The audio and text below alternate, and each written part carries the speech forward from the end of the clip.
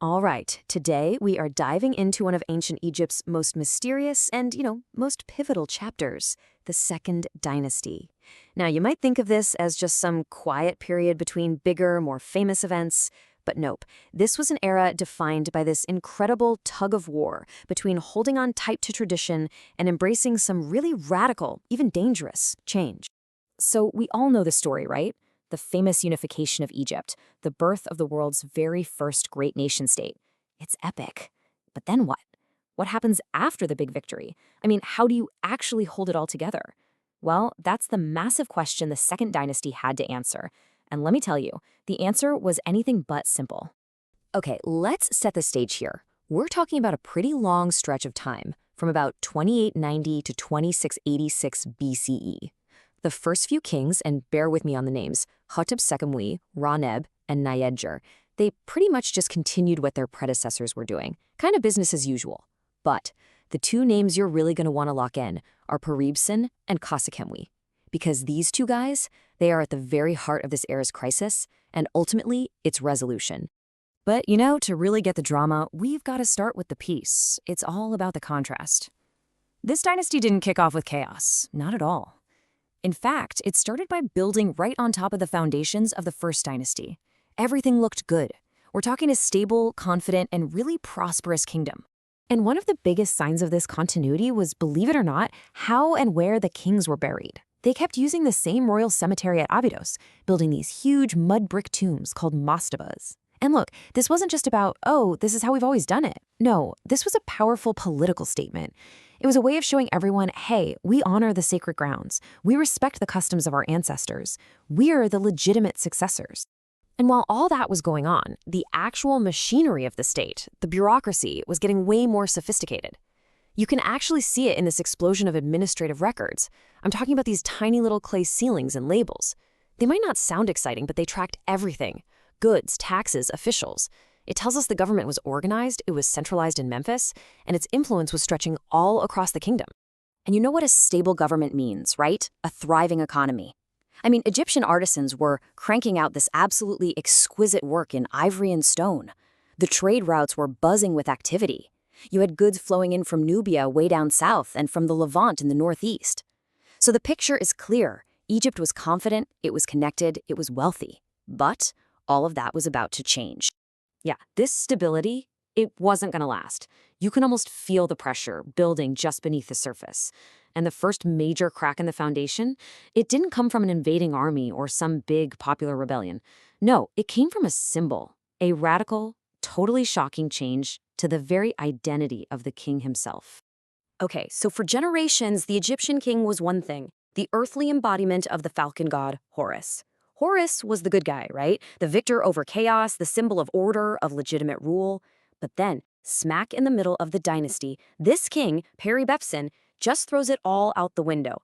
He replaces the Horus falcon with the emblem of his mythological archenemy, Seth, the unpredictable, powerful god of the desert and storms. Talk about a plot twist.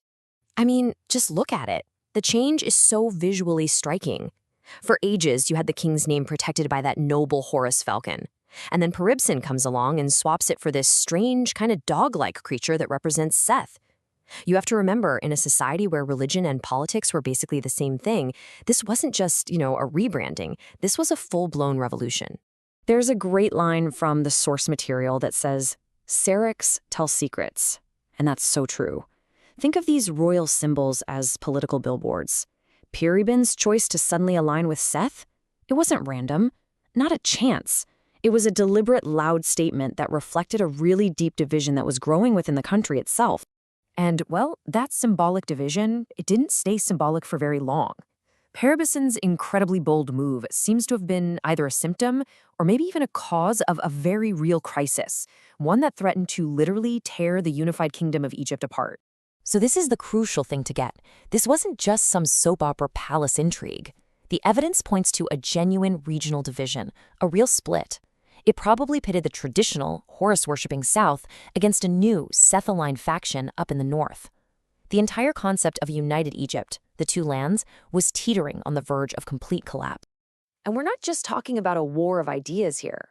Now, the written records are pretty sparse, but we have archaeological clues, things like evidence of destruction at certain sites, and they all point to a period of genuine physical unrest. That symbolic split had totally erupted into a real physical struggle for the very soul of Egypt.